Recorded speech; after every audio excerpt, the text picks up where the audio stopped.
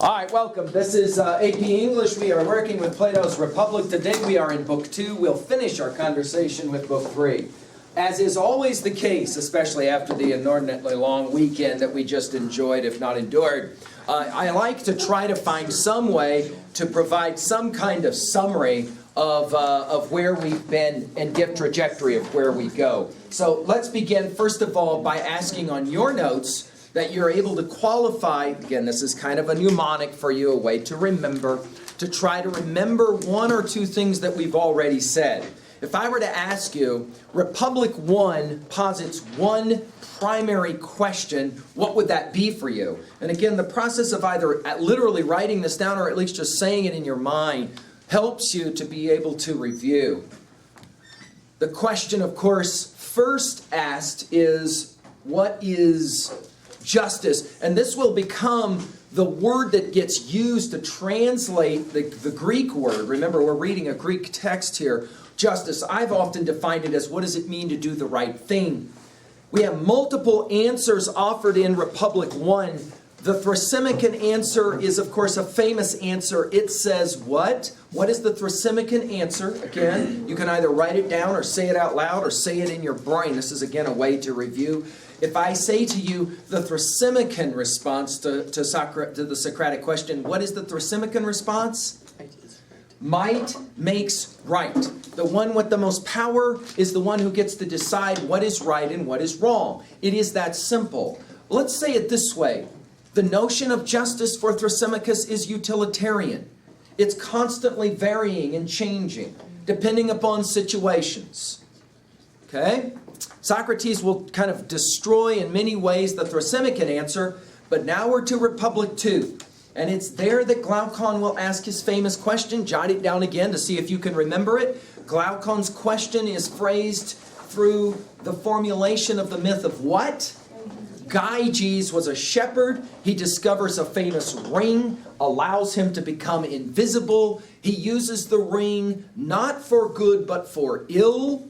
Of course, for those of you who are DC comic and other comic fans, or you're superhero fans, you're familiar with this motif. You have superheroes that have superpowers, but notice Superman doesn't rob banks. Batman doesn't do terrible things with his power. Instead, they do supposedly good things with their power, etc. Question, observation. Technically, Batman doesn't have any superpowers. Correct. A fine point. That you just were able to say that proves only one thing, and that is you're a total nerd.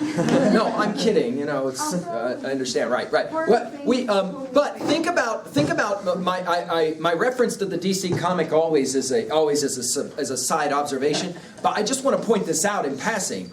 Understand, and the only reason I'm pointing this out, understand that all of these quote-unquote superheroes that we kind of idolize in our childhood, etc., and in the form of film or whatever, all of them to some degree, notice, are playing the game of Republic 2 and Glaucon's question about what is their motivation to use power that they have for good as opposed to ill. In other words, Batman could just as easily do terrible things as he does good things with the power that he has. Why does he choose to do good things? See, this is the question Glaucon will ask. We ask it in the form of the myth of Maverick. The myth of Maverick posits, you'll recall, some money is dropped to the floor, and the question is not whether you pick it up or not. Glaucon will assume, human nature says, I want to pick that money up. The only reason I give the money back is because of one of two things. Either fear of punishment, I'll get caught. The Maverick woman is actually the owner of Maverick and she's spying on me, testing me. Or there's some anticipation of reward. If I give the money back, I hope to get something in return. Glaucon says that's the only reasons I can understand why anybody would give the money back. He asks Socrates to give him an argument. Why should I give the money back? Socrates will elongate the challenge to say, we're going to give it back every time, and we're going to what?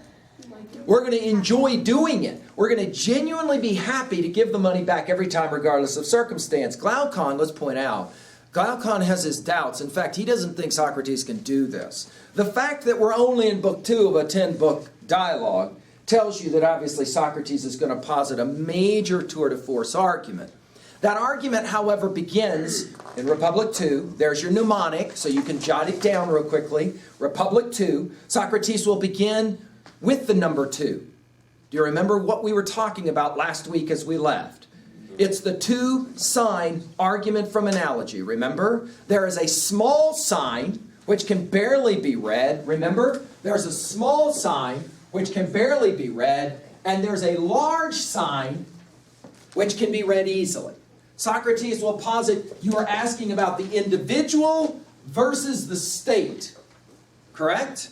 And for those of you, by the way, who weren't with us last week or you were focused on other things, I'm going through this again specifically so that you can make sure you have it in your mind. Follow the whiteboard and make sure you understand this. Everything that now will follow, Republic 2 through Republic 7, everything that will follow is the Socratic attempt to invent the ideal, or we might say perfect, republic, or state, or community, or family. I mean, dude, use whatever word you want to use. And then once you kind of figure out what that is, you have an idea what that is, we're going to extrapolate back to the individual.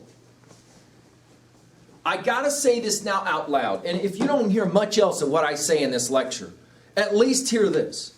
Watch my whiteboard. Plato is not, I got to say this again, this is huge that you understand this. This is one of the major confusions about Platonic philosophy by scholars who have studied even Plato.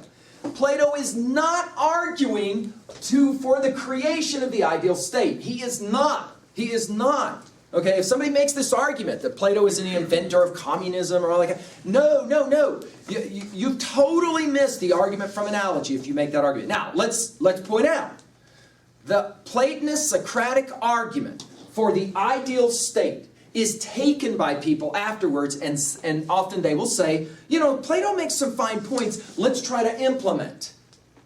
That was not Plato's intention. Plato's intention is not to create the ideal state. He will in fact say by Book 7, he doesn't believe that's so easily possible for reasons he'll explain. Okay? This is not a blueprint for the big box. The entire dialogue is specifically interested in the individual. This is the most overlooked point of Republic. The most overlooked point of Republic. Okay?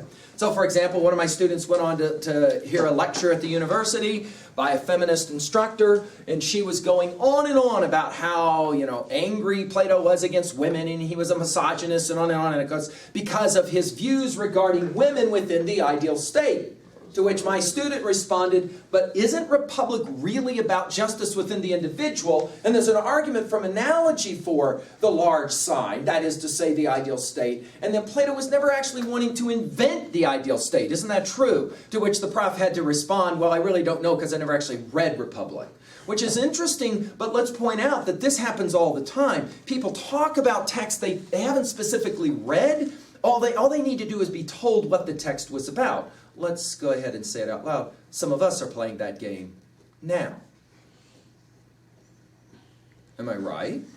That is to say, I'll now point out what Socrates would point out. How do you know what I'm telling you is really what is said in Plato's Republic? There ain't but one way to know that. It's called read it for yourself. Now, some of you will say, well, I don't have time to do that. Yeah, we'll get to education here in a moment. Yeah, we're about to wade into that topic, and for some of us that will be a disturbing conversation, as it always is at the fountain at the mall, okay? It's by design that way. But I want to point out, as we begin to wade into this discussion of the ideal state, I will come back to remind you time and again, the only reason that Socrates is doing this is so he can extrapolate from that idea, that discussion, so that he can talk about what makes the ideal individual, okay? And what is justice within the ideal individual. In other words, there you are standing behind the counter at Maverick and the money falls. It's an individual kind of concern. Now, the ideal state, back to our finishing comments of last week, the ideal state is prefaced on this notion. Again, remember our little model. I use these icons on the board, by the way, to lock into your brain a certain kind of iconic of relating to sight, mnemonic. So when I do this little sign, after a while you start to kind of, oh yeah, I remember. This notion is the idea of the origination and the ascension of state, and then ultimately by Book 8, 9 of Republic, the declension of state. Remember? We get together. We call that A. Sometimes the group immediately dies out. Other times the group will ascend, right? It will grow. We'll call that B. And then finally there seems to be this moment in the collection of the group, the team, whatever, the nation, whatever, when things start to go badly and we've got this thing on the other side. Socrates' intuition is that this we will call the ideal group, right? This ascension thing. If we can figure out what causes this, then we can figure out a way to keep that from happening. That's an interesting idea. Okay, that's an interesting idea. Now, to Plato. We said this already, so this again is review. What is, write it, don't say it first. What is it that Socrates said is the core truth of what creates the ideal group? The one thing, yeah, harmony. That's it, right? Harmony. What were other words we used, Batson? What were other words we used? Unity, right? I'm gonna inject today the word balance, and that word you might want to circle. I don't think I used that one on Friday. Balance. Did I use balance? I was already anticipating now the comments of where we are now. Now, Socrates will ask, again, we're working with the group. Understand, we're working with the group. Socrates will now ask an intriguing question. Within the group, how do you get this harmony, this unity, this balance? That's where we're headed. How do you get it? Well, his answer is, it seems to me that in an ideal group, each person would do the job for which he or she is best trained. I'll say it again. Each person within the group would do the one thing for which he or she was most gifted and trained. It's kind of obvious, gets dark at night obvious, right? If you want a perfect group, it's kind of like a ball club. If you want the perfect ball club, if you could create the perfect ball club, wouldn't it be true? You would pick athletes who would fit into positions for which they would be ideally suited, right? And then you would train them to even improve them even better. Correct? That's kind of the vision. By the way, this is often referred to in short language as one man, one job. The one man, one job view. All right? Plato says each person has one job to do within the ideal group. He or she does that. Okay? Now, right away, there's going to be some debate in the Republic, for those of you who are actually reading this text, about what that actually means in terms of the group. Like, for example, Glaucon says, well, it sounds kind of like a boring group. There's not like a lot of fun in this group. Reminding you again, Plato is not interested in inventing this ideal state. He's saying if you were to create an ideal state, doesn't it make sense to you that everyone would have something to do? You would have no people who sat around and did absolutely nothing, for example. And whatever it is that they did, they would be well trained to. Correct? So that's kind of the Socratic intuition. Because of questions that Glaucon will ask, there will then be a long passage in Republic 2 about education, and that's where we're headed now. Because if you're going to have the ideal group, Socrates says you have to have people who are well trained for their job. That's called education. And so for the first time now, we're going to meet the perennial text of education. Now, what we're going to say about education is going to be shocking to you today. It was radical and shocking in 399, which is why they jacked this guy. There's a good argument to be made that when you look at the dialogue apology, the thing that really upsets Miletus the most is the Socratic view of education. Let's just say it out loud. There is going to be no single text that more radically challenges the idea of education than Republic. And through the years, this text becomes really kind of a challenge to the whole notion of education and schooling. All right? So let's talk about it real quickly. What is this notion of education as Socrates outlines it? Well, the first thing we should point out is that this education, as Socrates will outline it, is brainwashing. Brainwashing. Okay? Now, We're going to say some things that I want you to write them down in your notes, hurrah. But what's ultimately going to happen is you're going to have to start thinking about it. Now, I already set you up to this by the question of last Friday about what it is that you could say you actually chose on your own, of your own accord, before the age of 2, much less the age of 5. Let's now make an observation. And Socrates, this is what I love about Plato. Plato pulls no punches, he just comes out and says it. Now, you can debate this all you want, but first let's hear what Socrates actually says. Here it comes.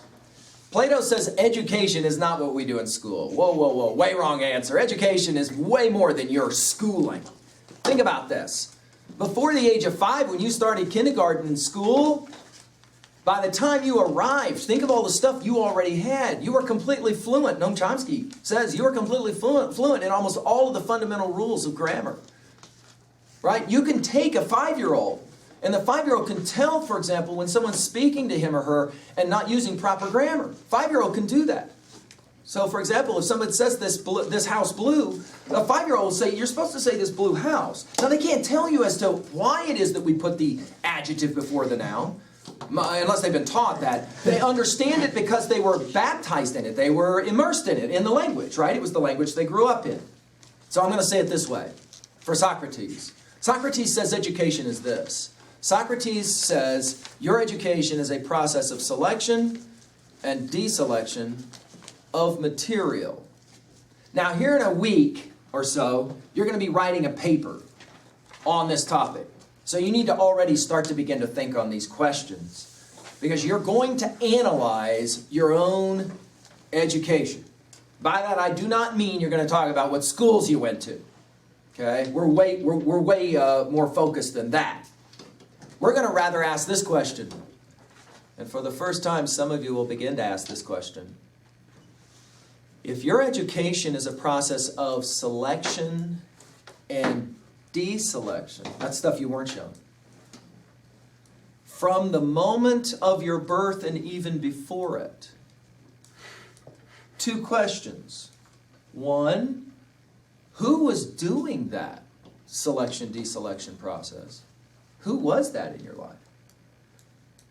And secondly, what was it that he, she, they selected and deselected for you?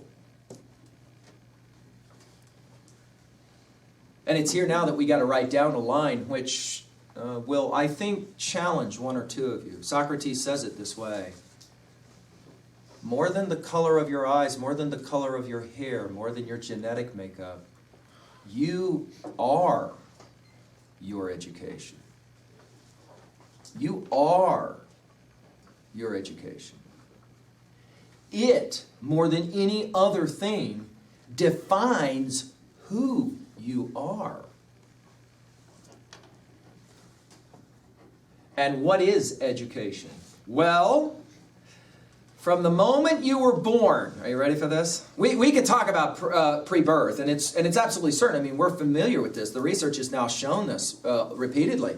That, see, for 9 months, you hung upside down in your mother's womb in amniotic fluid. As you matured into full fetus, you were being carried inside of your mother's womb, and there was this protection around you that was fluid, embryonic fluid, which worked as, of course, an incredible security blanket. It's nice and warm in there. You're floating. Imagine the tremendous stress on your body to be born either through a birthing canal, which reduces everything about you down to a very small circumference, or you were actually extracted from your mother's stomach through cesarean, which is, of course, a traumatic event for her physical body. But either way, 1 second, you're swimming in water, and the next second, your lungs are filling with air for the very first time, and you start breathing. And there's lights, and there's sounds, and all kinds of... But one thing we know for sure is that during the time you were carried in your mother's womb, there was all of these sounds that were coming at your mother's stomach. So, for example, we know now that the first voice you are most familiar with was actually, for most of you, not your mother's voice. It was actually the male voice or the other voices that were being spoken at her during that time. We know, for example, that what your mother did during that time in regards to her nutrition, hugely important. I mean, let's just say it this way, guys. If your mom had done crack cocaine during the last 4 or 5 months of your being carried inside of her, you would have been born a different child. You would have been a different person. We know that. Physiologically, we know that. Neurologically, we know that. Emotionally, we know that. We know that in every way. That's all before you were born. Let's just talk about the day you were born. Socrates says it this way: from the moment of your birth, you are being exposed to stuff and not exposed to other stuff. For example, for most of you, the day you were born, if you came home in a car, there was probably music playing in that car. What music was that? Because let's just point out, hello? Let's just point out, you didn't choose that music. You went home into a house where there was a certain kind of an environment. Some of you lived in a house where it was very quiet. Others of you lived in a house where there was lots of noise. But the entire time you were 1 year old, for 12 months, there were all kinds of messages being sent from television, from radio, from music being played. That was on all the time. Question: were you hearing it? Answer: we know absolutely you were. That's called your brain. It was absorbing everything.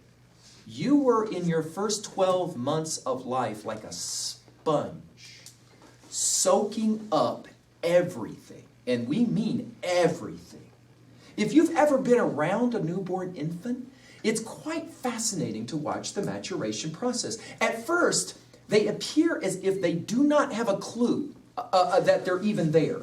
It's like they live in this bizarre world, and then all of a sudden their eyes start focusing, and then they start tracking and recognizing, making what we call object discrimination, and then very, very quickly they become very much a part of the world. They're always wanting to grab stuff. Of course, mobility quickly starts. The crawling process starts, then the walking process starts, and then, of course, the exploration of the world begins. And if you've spent any time with a kindergarten classroom, you know about how those little bodies are constantly exploring stuff.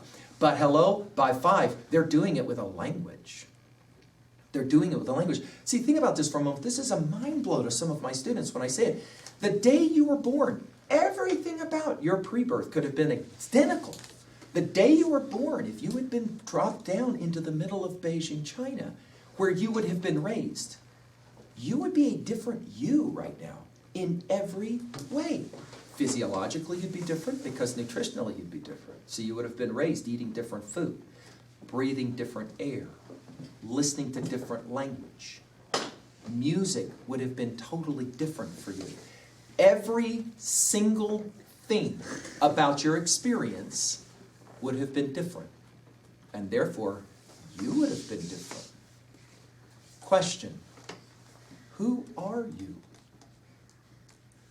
You want to write that question down. I've had students who say, for 18 years I've lived and I've never really asked this question. Because we're going to ask this question. Don't say your name. By the way, you didn't choose that. Don't say your skin color. By the way, you didn't choose that. Don't say what your interests are. By the way, you didn't choose that. Don't say your emotional states. By the way, you didn't choose that. Don't say the language you speak. You didn't choose that.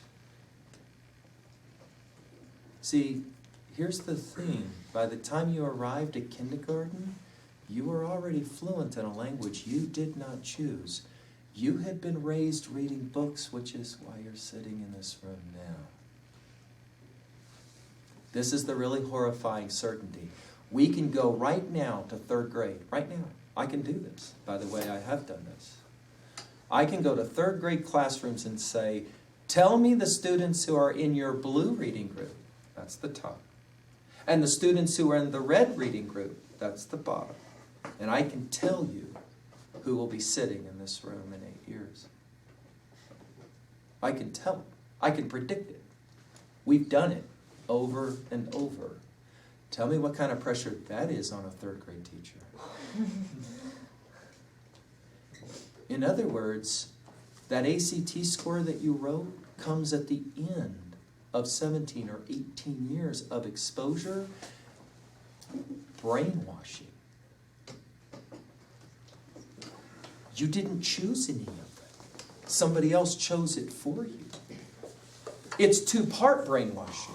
By the way, you can get upset about this and be really angry, and I don't like this. Socrates will say at the fountain at the mall, no, you're not hearing me. This isn't about whether you like it or not. I'm telling you what your life was. It's your job to define what it means. Socrates says 2 things. 1, somebody from the moment of your birth, I mean, we could talk about before, but for sure, the moment of your birth, somebody was selecting what they were going to show to you. And by show, understand, I'm just using that word to mean everything. The music you listen to and you're exposed to, the books. I mean, think about this for a moment. Of all of the millions, and we do mean millions, don't we? Just in the English language, forget about all the other languages. All of the millions and millions of potential books you could have been shown when you were 2. And you got shown a lot of books at 2. You don't remember. At 2, you can't remember them. But your parents carried books around. They were everywhere. They were all over the... Or they weren't. Or they weren't. And if they weren't, by the way, there's a good chance you weren't here. There's a good chance you weren't here right now. They show you books. You had books, and you've seen this if you've ever been to church or in a nursery or whatever. 2-year-olds playing with books. Of course, what are they doing? They're slobbering all over them. They're not reading them, right? But, hello, question? Question? Those books were read to you. Long. How do you think you learned this language? You heard it. You heard millions and millions and millions of words before you ever spoke your first one. And a lot of it was from books, read to you. Question, of all of the potentially millions of books that could have been read to you before you were 3, who was choosing those books? And why?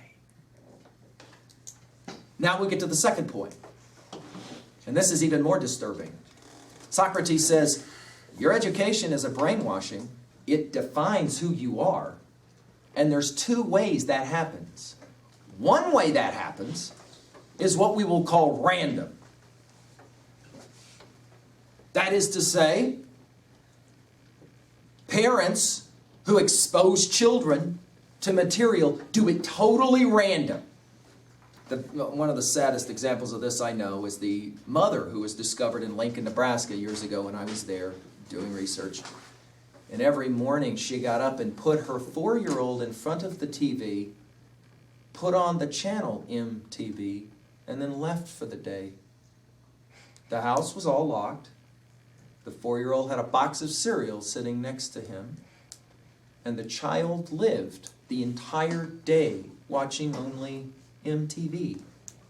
Now, back in those days, MTV showed music videos. That's all it did.